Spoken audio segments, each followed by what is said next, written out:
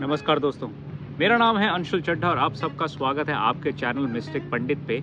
और आज मैं बात करने जा रहा हूँ उन लोगों के बारे में जो गवर्नमेंट सेक्टर से जुड़े हुए हैं। जो भी मेरे दोस्त एग्ज़ाम देना चाहते हैं और इस सेक्टर से जुड़ना चाहते हैं, बहुत प्रयास कर रहे हैं, तो ये वीडियो दोस्तों आपके लिए है।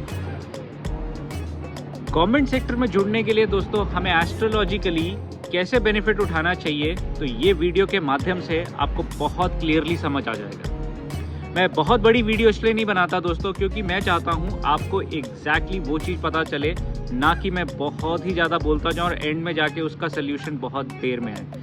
2 से 5 मिनट तक की मैक्सिमम वीडियो का मेरे ड्यूरेशन रखता हूँ, सो दैट जो मेरा मकसद है वो आप पे जल्द से जल्द पहुँचे। तो दोस्तों सबसे पहले हमें देखना है एस्ट्रोलॉजिकली हम कैसे इस कुंडली के अंदर अगर देखेंगे कि इस इंसान या जातक के गवर्नमेंट सेक्टर के अंदर योग है। हमें सबसे पहले दोस्तों देखने हैं 3 मेजर प्लैनेट्स। सबसे पहला है सूर्य। सूर्य होता है लीडरशिप का कारक। सूर्य होता है आपका कनेक्शन गवर्नमेंट सेक्टर के साथ कैसे होगा, उसको देखने का कारक। दूसरा है सैटर्न, शनि। शनि को ज़रूर देखना होता है दोस्तों। है दोनों बहुत ऑपोजिट, सूर्य और सैटर्न अपार्ट, दोनों एक दूसरे के बहुत दुश्मन हैं। बट सैटर्न को देखना बहुत ज़्यादा ज़रूरी इसलिए बन जाता है क्योंकि एडमिनिस्ट्रेटिव जॉब्स जो भी गवर्नमेंट सेक्टर से जुड़ी हुई हैं वो सब सैटर्न के रूलिंग कार तत्वों में आती है। और सेकेंडली वो मासेस है सैटर्न, राइट। मासेस से कैसा कनेक्शन बनेगा तो वो सैटर्न बताता है। और जुपिटर कुछ भी बड़ी चीज़ होने के लिए उसका ऑस्पिशियस इफेक्ट ज़रूर होना चाहिए। और हम कैसे देखें कुंडली के अंदर, वैसे मैं ये नहीं समझाता दोस्तों अपने माध्यम से, इस चैनल के माध्यम से कोई मेरा इरादा नहीं है कि मेरे को एस्ट्रोलॉजी आपको समझानी है।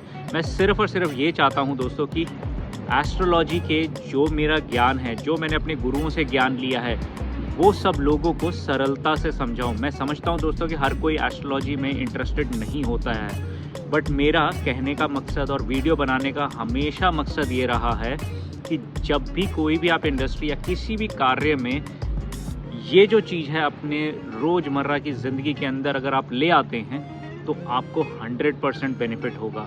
हम बहुत सी चीज़ें करते हैं दोस्तों, और क्यों नहीं हम एस्ट्रोलॉजी का भी इफ़ेक्ट अपनी लाइफ में लेके आएँ, जिसका बेनिफिट ही होगा, नुकसान किसी भी तरह से नहीं होगा। और मेरी रेमेडीज़ फ्रेंड्स सिर्फ़ और सिर्फ उस तरीके से एसोसिएटेड होती है कि किसी भी तरह आप वो रेमेडी तो करेंगे ही, बट कहीं ना कहीं पे नेचर, किसी इंसान या किसी को भी बहुत फ़ायदा होगा। तो फ्रेंड्स हमें ये देखना है सूर्य महाराज किस हाउस से एसोसिएशन बनाते हैं कुंडली के अंदर। अगर उनका एसोसिएशन फायरी साइन राशियों से है, जो कि होती है एरीज, लियो एंड सैजिटेरियस, इन 3 राशियों के साथ उनका एसोसिएशन है, तो मानिए आपका गवर्नमेंट सेक्टर में घुसना बहुत आसान हो जाएगा। बट यही एक तरीका नहीं होता कि फायरी साइन में एकदम से देख लिया आप गवर्नमेंट के सब आसानी से घुस जाएंगे, ऐसा नहीं हो सकता।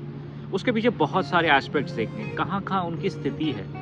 6ठे हाउस से अगर वो रिलेशन बनाते हैं जो कि होता है ग्रोथ का स्थान, 10th हाउस से बनाते हैं जो कि कर्म का स्थान, 1st हाउस से बनाते हैं जो कि लीडरशिप या आपका है।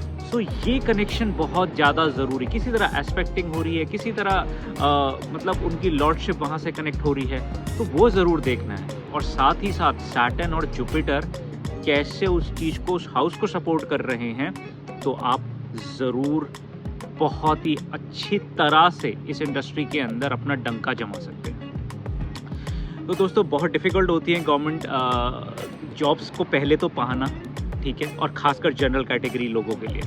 ऑब्वियसली आजकल के टाइम पे तो कोटा कैटेगरी लोगों के लिए भी डिफ़िकल्ट है, बिकॉज हार्डशिप हर जगह सेम है, बट जनरल के लिए थोड़ी बढ़ जाती है।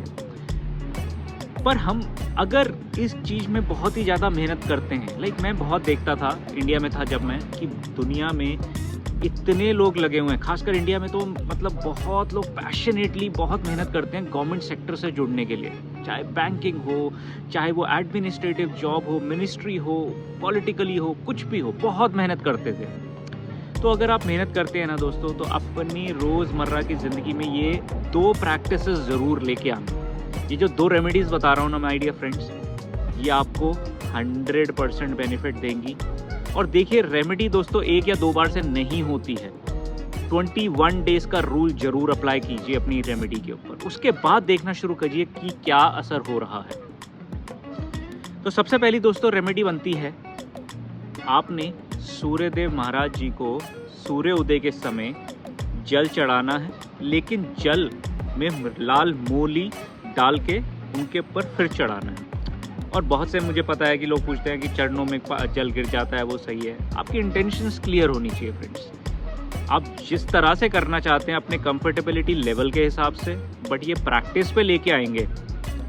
ये रेमेडी उन लोगों के लिए है दोस्तों जो एग्ज़ाम देना चाहते हैं और बहुत टाइम से लगे हैं, क्लियर नहीं हो रहा, तो ये उनके लिए बहुत कारगर साबित होगी। और सेकंड, ये दूसरी रेमेडी दोस्तों उनके लिए है जो इस सेक्टर में है, एडमिनिस्ट्रेटिव जॉब में होंगे या किसी भी तरह पॉलिटिकली आप इस चीज़ के एसोसिएटेड हैं। तो दोस्तों अगर आपको इस सेक्टर में अच्छे से रहना है और अच्छे से ग्रोथ लेनी है, तो मेरी मानिए तो ये प्रैक्टिस में ले आना। इसके लिए दिनों की बात मैं नहीं कर रहा, जब तक आप इस अपनी लाइफ में इस काम से जुड़े हुए हैं तो ये ज़रूर करते रहना। और वो है किसी भी अंध विद्यालय में, कोई भी हैंडीकैप शेल्टर होम या कुछ भी हो, वहाँ जाके आपने हर सैटरडे, अगर सैटरडे करते हैं तो बहुत अच्छा, नहीं तो कोई और दिन जिस दिन आपको अच्छा लगे, आप एक एसोसिएशन अपनी बनानी शुरू कर दो।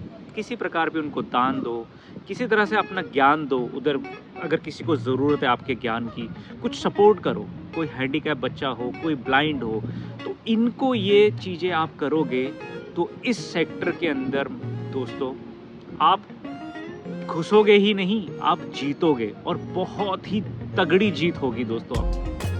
तो दोस्तों ये थी मेरी 2 रेमेडी गवर्नमेंट सेक्टर में जाने वाले लोगों के लिए और जो गवर्नमेंट सेक्टर के अंदर है।